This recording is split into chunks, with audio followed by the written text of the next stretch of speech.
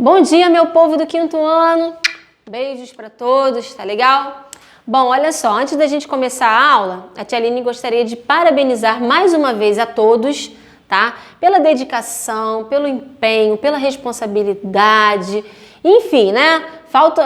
São diversos adjetivos aqui, porque assim, eu fiquei muito, mas muito feliz mesmo, tá? Com o trabalho de vocês, né? Eu percebi aí, assim, que, é claro, né? Tem aluninho que é mais tímido, outro é mais solto, né? Mas foi um trabalho, assim, para ajudar mesmo nessas questões aí. E não sei se vocês lembram, mas bem no iniciozinho lá do ano, a tia Aline já pedia para vocês virem até a frente do quadro, para vocês comentarem um determinado assunto, né? Tinha aluninho que tinha vergonha de vir sozinho e aí a tia Aline colocava os grupinhos, né? Vinha por fileira. Isso tudo já para trabalhar essa questão da timidez de vocês, porque vocês são capazes, né?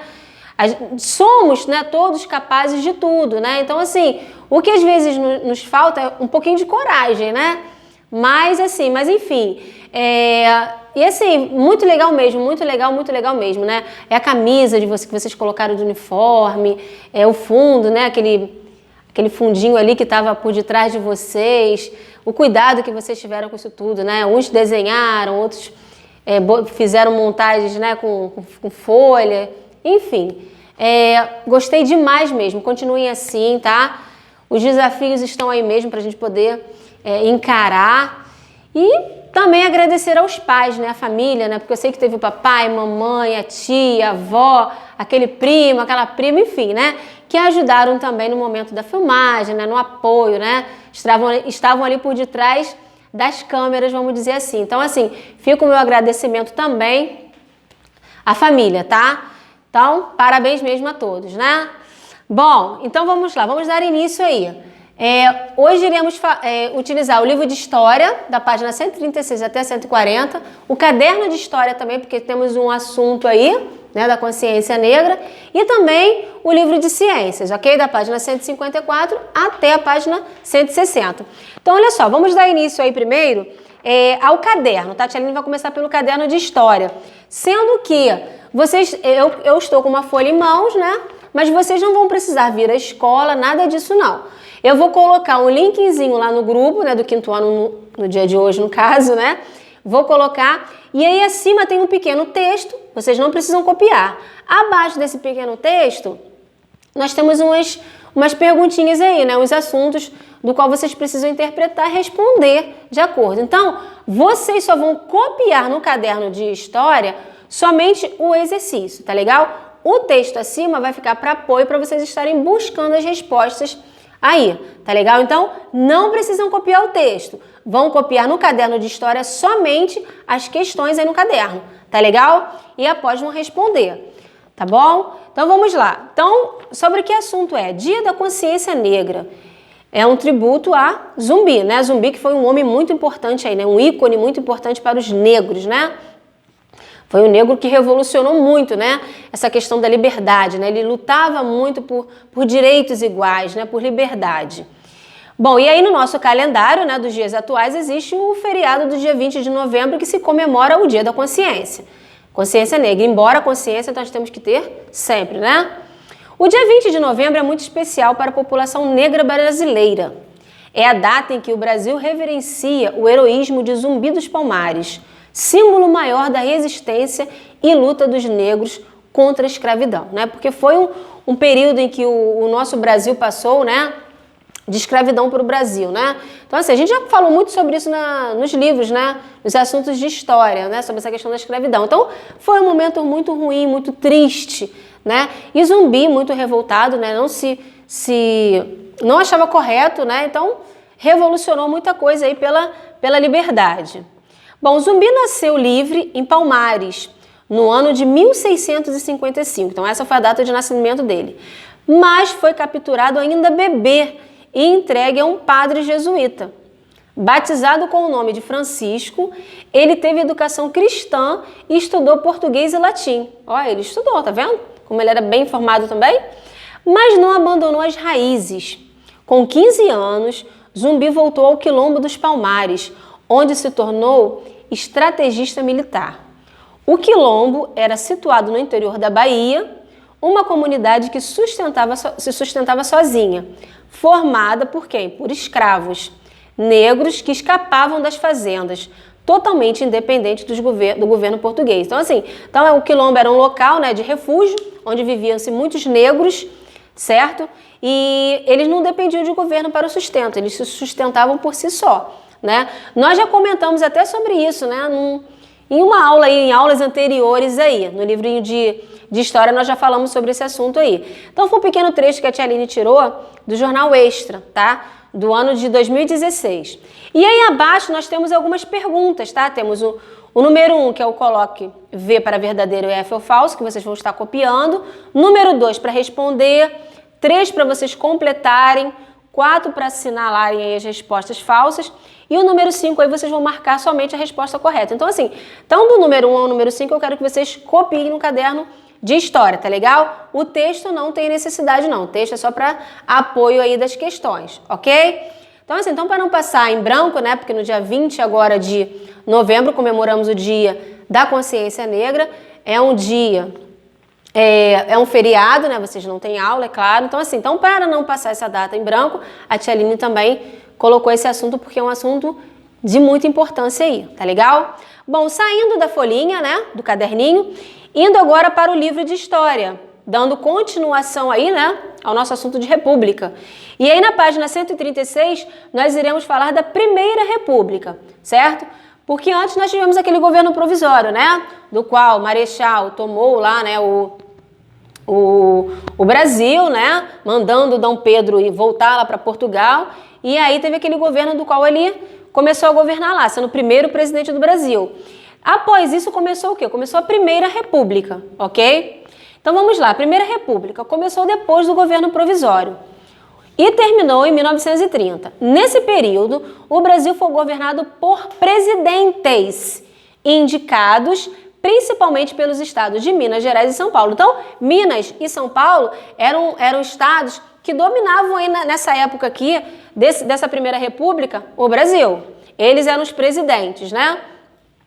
Esses dois estados dominavam a política econômica do país, que já tinham as maiores populações e as maiores rendas. Ou seja, o estado de São Paulo e o estado de Minas Gerais eram os estados do Brasil que possuíam a maior população e a maior economia aí. Por isso dizemos que o governo da Primeira República era oligárquico, uma vez que poucas pessoas ou famílias se revezavam no poder. Foi uma época marcada pelo domínio dos coronéis, né? Então, os coronéis aí que estavam no comando aí desses poderes aí, disso tudo aí. Durante a República Oligárquica, em geral, um presidente paulista era sucedido por um mineiro e um mineiro por um paulista, ou seja, existia o quê? Um revezamento, né? Em um momento era um mineiro e em outro era um paulista. Esse esquema de governo era chamado de política de café com leite, porque em São Paulo plantava-se muito café e em Minas Gerais havia uma grande produção de leite. A gente já falou que plantava-se leite, oh meu Deus. Existia-se o quê? Uma grande produção de leite, por isso que café de um estado e leite do outro, ok? E aí abaixo tem uma imagenzinha aí dos dois únicos presidentes aí no caso, né, de Minas Gerais e de São Paulo, né, segurando a cadeira aí da presidência da República. E abaixo ali outras pessoas, né, de outros estados, Paraná, Rio Grande do Sul, né, todo mundo querendo mandar aí no Brasil, né, no país. Mas enfim, vamos lá. Então na página 137, existe lá em cima um saiba mais que a tia Aline quer que vocês leiam, tá? Que é o coronelismo, tá? Foi uma época em que os coronéis mandavam muito, né, no Brasil. Economia e política. Durante a Primeira República, o café continuou sendo a principal atividade econômica do país. Mas o fato de o Brasil se destacar apenas na agricultura representava um atraso em relação a outros países, principalmente aos europeus, que vendiam produtos industrializados. Ou seja, mesmo o café tendo domínio total, né, de uma economia, né, da agricultura, né, dava-se muito dinheiro, mas mesmo assim estava meio que para trás. Por quê? Porque outros países europeus estavam bem lá na frente por causa das indústrias, ok? Por isso, o governo incentivou a instalação de novas indústrias no Rio de Janeiro e em São Paulo. A chegada da indústria e a modernização do comércio, no entanto, efetivaram-se lentamente, foi bem devagar, pois não interessaram os fazendeiros, que lucravam com a agricultura e a criação de café. Ou seja, mesmo com o incentivo, né, das instalações de indústrias, né, em alguns locais do Brasil, os fazendeiros não se sentiram muito bem não, né? Eles achavam que estavam lucrando com a agricultura, mas não se interessaram muito pelas indústrias, não. Na Primeira República, também foram definidos limites territoriais entre o Brasil e outros países. O responsável por isso foi o Barão do Rio Branco. Desde então, o Brasil apresentava a forma e o tamanho que tem atualmente. Lá em uma das nossas aulas de geografia, a Tia Aline até mostrou a sinalização, né, do mapa do Brasil, né? Que em uma época era dividido de uma forma e que em outra época mudou-se. Não sei se vocês se recordam disso, mas a Tia Aline já falou sobre isso. E foi nessa época aqui que viu-se, né, o limite dos territórios entre o Brasil e outros países, certo? E que está até hoje dessa forma aqui, né? Essa divisão está até hoje, ok? Então o responsável por isso foi o Barão do Rio Branco. Bom, página 138. Revoltas e conflitos. Bom, mesmo com esses presidentes, né, vamos dizer assim, né, de São Paulo, né, e de Minas, governando o país do jeito que estavam, as revoltas continuavam. Por quê? Porque nem todos, né, eram bem vistos, né? Existia uma galerinha aí que era o quê? Desprezada, né? Desprezada pelo governo. Por isso ocorriam muitas revoltas e conflitos ainda. Durante a Primeira República, houve vários conflitos que resultaram em confrontos entre o governo e a população, que era desprezada pelo poder público. Então o poder público continuava a desprezar a população. Por isso que continuava-se o que no país? Revoluções, né? Conflitos aí, revoltas. E aí vem uma delas aí, a Guerra de Canudos, que deu início em 1893 e foi até 1897. Então esse foi o período dessa pequena guerra aí, pequena guerra, né? A região que corresponde ao atual Nordeste brasileiro, né? Aquela parte lá do Nordeste, especialmente o sertão, sofria com a miséria e com a opressão dos grandes fazendeiros que exploravam os trabalhadores. Nesse contexto, jagunços e cangaceiros cuidavam da segurança dos coronéis e os beatos pregavam a salvação pela religião. Então foi uma época bem sofrida aqui para essa galerinha do Nordeste. Sendo que em 1893, no sertão da Bahia, né, um estado aí que faz parte da região Nordeste, havia uma comunidade chamada Canudos, que era liderada por Antônio Conselheiro, um beato que tinha virado uma espécie de líder religioso. Enquanto a população baiana sofria com a exploração promovida pelos fazendeiros e com a miséria, o povoado de Canudos tinha conseguido se transformar em uma comunidade sustentável. Então, essa galerinha aqui de Canudos, né, eles conseguiram, mesmo com essas opressões aí todinha aí. Não havia donos de terra em Canudos e tudo pertencia a todos. A comunidade começou a prosperar e atrair pessoas. Canudos chegou a ter mais de 5.000 casas e mais de 30.000 habitantes. Então, independente do governo ou não, foi uma comunidade que conseguiu o quê? Se sustentar, não é mesmo? Porém, a prosperidade e a autonomia de Canudos começaram a incomodar fazendeiros e padres da região. Então, eles estavam prosperando, sendo que isso já estava o quê? Incomodando, né, algumas pessoas. E pressionavam, né, os fazendeiros e os padres, eles pressionavam o governo para atacar a comunidade, com a justificativa de que se tratava de um lugar de fanáticos. Em 1897, em um último ataque com canhões, Canudos foi completamente destruído. Então foi uma comunidade que foi destruída, né, pelos governantes da época, mas por quê? Porque estava incomodando aos fazendeiros e alguns padres aí da religião. Então, triste, né, a história deles aqui, né? Bom, na página 139 já fala-se de uma revolta da vacina, que deu início em 1904. No início do século XX, havia o desejo dos governantes de tornar o Brasil tão moderno como a Europa, né? Eles queriam que o Brasil fosse como a Europa, né? Ideia aí dos governantes da época. No entanto, as condições das cidades eram precárias. Não havia serviço de esgoto e as doenças se espalhavam, o que impediu que as cidades se desenvolvessem e que houvesse investimentos externos em nosso país.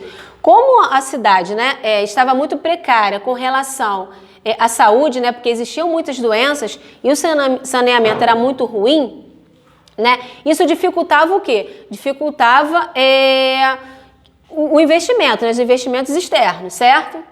Para combater a febre amarela e a varíola, principalmente no Rio de Janeiro, o médico Oswaldo Cruz, a mando do governo, organizou uma campanha de vacinação geral e obrigatória. Então, assim, de acordo com as doenças que ocorriam no país, né, foi meio que o quê? Meio que imposto, né, essa vacinação, porque como é obrigatório, né, só que assim, ele organizou a campanha, mas será que ele informou a população o que estava ocorrendo, o porquê de ser vacinado? Né? O povo precisa ser informado, não é mesmo? Não é impor, né?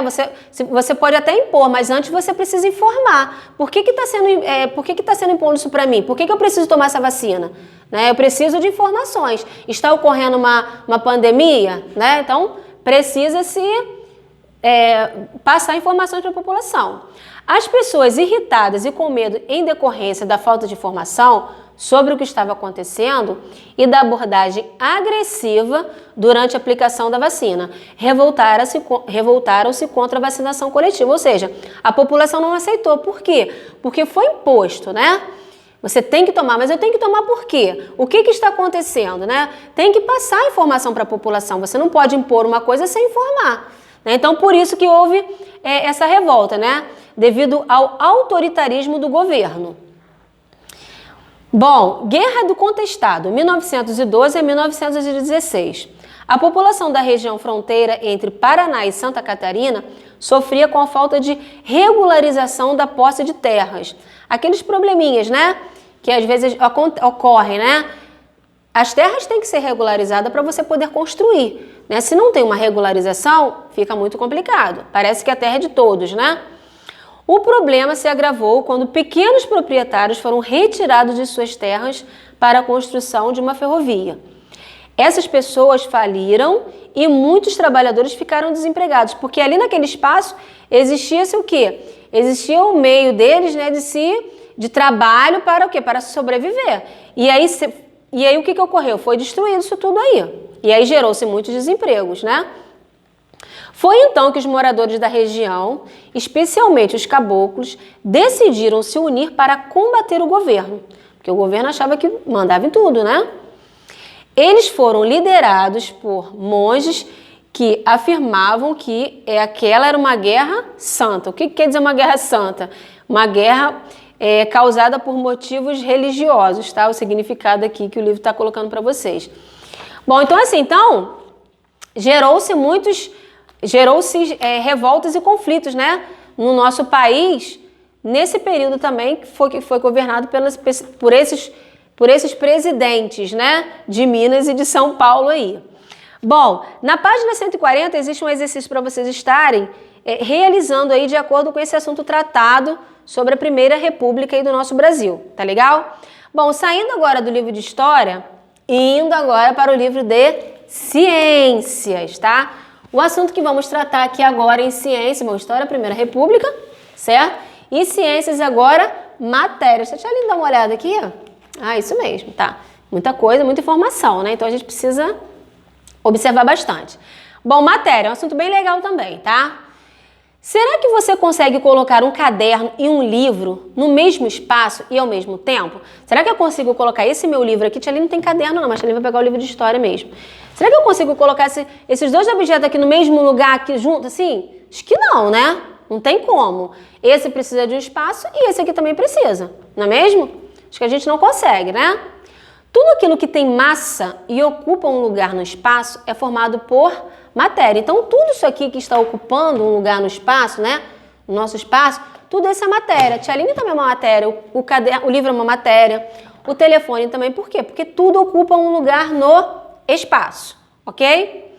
Os planetas, as estrelas, as plantas, o solo, a água, o ar e os animais são exemplos de corpos formados por matéria. Por quê? Porque ocupamos um lugar no espaço, né? Então, tudo isso que ocupa um lugar no espaço é matéria.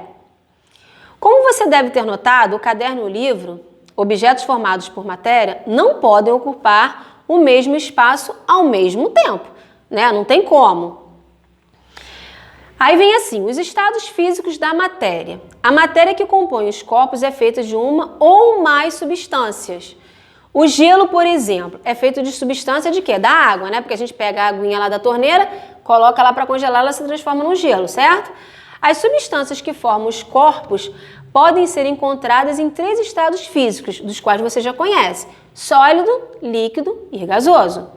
A matéria em estado sólido tem forma e volume definido. Por exemplo, né, a forminha do gelo ali, né?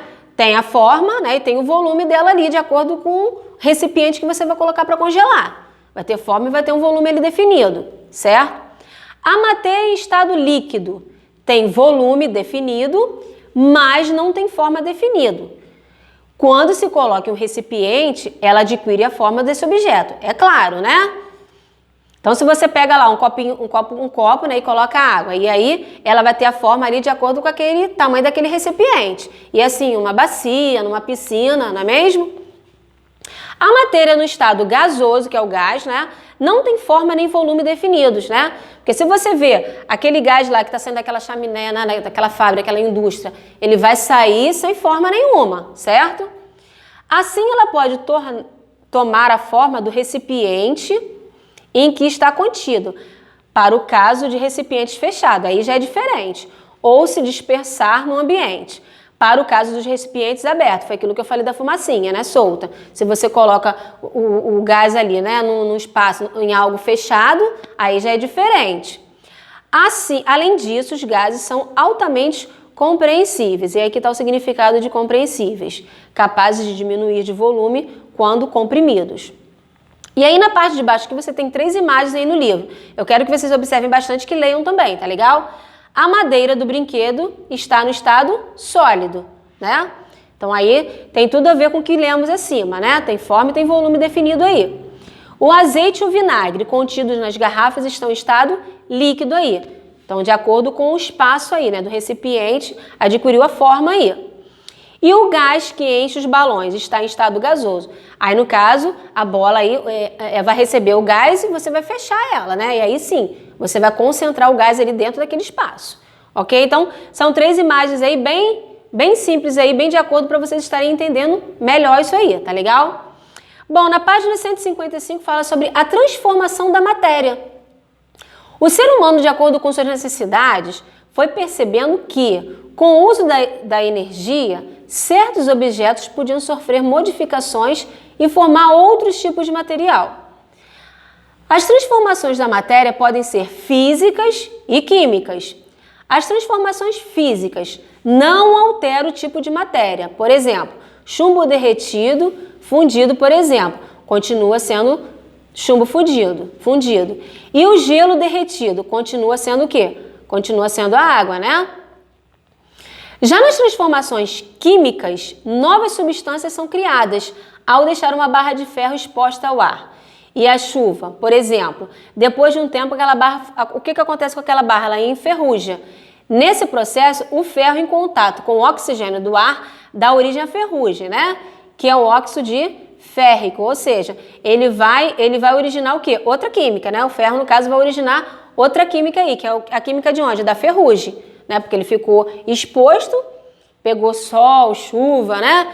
E aí adquiriu a ferrugem, ou seja, ele adquiriu uma outra química aí. Outros exemplos. Com o calor do forno, transformamos um conjunto de materiais, ingredientes, né? Como a farinha, a manteiga, os ovos, o óleo e o açúcar, para se fazer o quê? Um bolo, né? Tudo se modifica aí juntinho.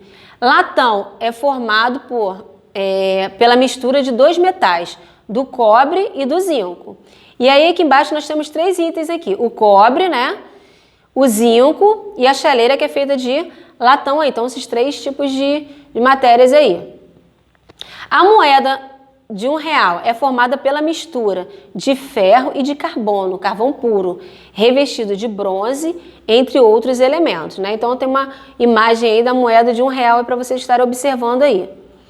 Pensando, pesquisando e experimentando, o ser humano aprendeu a produzir novos tipos de material, né? De acordo com o que se tem lá da matéria, né? A partir da madeira, por exemplo, produzimos o papel. A partir do ferro, obtemos o aço. A partir da areia e outros componentes, é possível produzir o vidro. E há matérias-primas, como o petróleo, que são a base para muitos produtos, como o plástico, né, que é um deles. Não só o plástico, né? Mas para uso também de combustíveis aí. Então, aqui tem uma imagem também de papel, né? Exemplos de materiais produzidos pelo ser humano. Ok? Através da matéria encontrada aí na natureza, né? Vamos dizer assim. Propriedades da matéria. Bom, então vocês vão observar aqui, nessa situação aqui, em alguns momentos você precisa, a bola vai estar parada, e em outra bola vai estar em movimento. Tudo aquilo que é formado por matéria apresenta algumas características e propriedades comuns. Observe a foto seguinte. Então tem aqui, né? A cobrança de pênalti aqui. Então tem essa imagem aqui de uma cobrança de pênalti. Então tem aí as jogadoras e tem a bola. Elas estão paradas e a bola também. Na imagem acima, a bola está parada e só entrará em movimento no momento em que uma força agir sobre ela. Ou seja, a bola está parada, mas para ela poder se movimentar, ela vai precisar o quê? De uma força, ou seja, e essa força virá através de quê? De um chute, certo? No caso, quando for impulsionada pela jogadora, que a chutará, foi o que a Tialine falou. Em seguida, a bola entrará em movimento. Aí, como ela está parada, a jogadora vai chutar, a bola vai ter o movimento. E demorará algum tempo para parar de novo, não é mesmo? Da mesma forma, depois de chutada, a bola vai se movimentar até que outra força a faça parar, ou seja, ela está parada. Para ela se movimentar, ela vai precisar de uma força, que é o chute, né, da jogadora para chutar ela, e ela vai se movimentar. E aí ela vai precisar de uma outra força, que é para quê? Para parar, certo? Qualquer corpo esteja ele em repouso ou em movimento, tende a permanecer da forma como está. Se está parado, tende a ficar sem se movimentar. Se está em movimento, só vai parar ou mudar de direção se uma força agir sobre ele, para fazer ela parar, né? Então, essas duas formas aí, essa característica, ela é chamada de inércia, ok? O movimento que você é a parte que você está em movimento ou parada, certo? Imagine essa outra situação. É mais fácil empurrar um armário cheio com 40 kg aí de massa ou um armário vazio com 20 quilos? É claro que empurrar um armário vazio, né? Com uma massa menor. É mais fácil, porque é necessário empregar menos força, né? Você vai utilizar o quê? Menos força para fazer o movimento desse armário, certo? De 20 quilos, no caso. Menos força para tirá-lo do repouso. Podemos definir assim que massa e medida da inércia de um corpo, quanto menor sua massa, menor sua inércia, né? Quanto menor o peso, menor a força que você faz, certo? Bom, como você já viu, toda matéria ocupa um lugar no espaço. Essa característica recebe o nome de extensão. Seu corpo, por exemplo, tem a extensão do espaço que você ocupa, ou seja, né? Essa aqui é a extensão do meu corpo, né? Porque é o espaço que o meu corpo, né? Que a matéria do meu corpo que está o quê? Ocupando. A extensão do meu corpo é o mesmo do estojo? Não. O meu é maior, a minha extensão é maior. O estojo tem uma extensão menor aqui para ocupar o espaço, certo? O volume mede a extensão de um corpo. Veja, então aqui tem uma imagem, praticamente, né? Todo o volume da caixa foi preenchido, né? Pelos objetos coloridos. Então vocês vão estar observando aí que todo o volume da caixa, né? Todo o espaço da caixa aí foi preenchido pelos objetos aí, das bolinhas, né? De plástico. Você já sabe que tudo que é formado por matéria tem propriedade de atrair ou ser atraído por outros corpos formados por matéria. Quanto maior a massa do corpo, maior será a força gravitacional, certo? Quanto maior o peso, né? A Terra tem uma força gravitacional muito grande, capaz de atrair e manter outros corpos em sua superfície, né? Na Terra, né? As coisas, as coisas muito pesadas, né? Quanto mais peso, mais massa, mais é atraído para o chão. Por isso, quando soltamos uma bola no ar, ela cai no chão, ao invés de sair flutuando, por causa da força gravitacional aí, né, pessoal? A força com que cada corpo é puxado para baixo é chamado de peso. Sem a gravidade, os corpos não teriam peso. Por isso que é muito importante a força gravitacional que a gente tem na Terra, não é mesmo? Porque senão tudo ficaria como? Voando, né? No espaço, não é assim, né? A gente precisa das coisas no chão, certo? A força com que cada corpo é puxado para baixo é chamado de peso. Sem a gravidade, os corpos não teriam peso. Quanto maior a massa de um objeto, maior seu peso. Se eu tenho aqui um pé de, vamos dizer assim, eu tenho aqui um pé de manga, né? E aí a fruta cai, né? De acordo com aquele... É claro que essa fruta ela é logo atraída para onde? Para o chão, né? Isso por causa do quê? Por causa da força gravitacional. Porque se não tivéssemos isso, tudo ficaria voando aí no espaço. Né? Por isso é muito importante. E quanto maior o peso, maior a força aí. Substâncias puras e misturas. Os materiais que são feitos de matéria têm características próprias. Aquelas que apresentam sempre as mesmas características, como a água pura, são substâncias puras, né? Limpinha.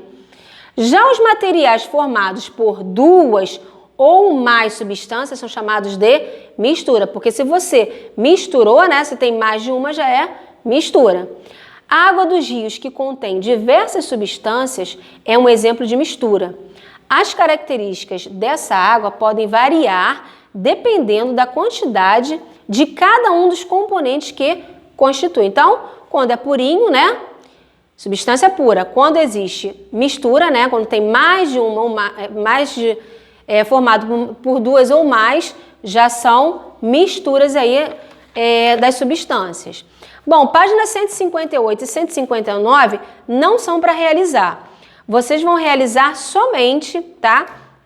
A atividade da página 160, sendo que o exercício 4 não é para ser realizado, tá? Porque vocês não estão com esse caderno de criatividade e alegria em casa. Então, essa atividade aqui ela não é para fazer, não. Somente a questão 1, 2 e 3 do livro de ciências, tá? Que é o assunto referente ao conteúdo sobre matéria, do qual acabamos de ver agora em ciências, tá legal? Então, assim, façam com muita atenção, com muito empenho, tá? Que eu sei que vocês são empenhados, responsáveis.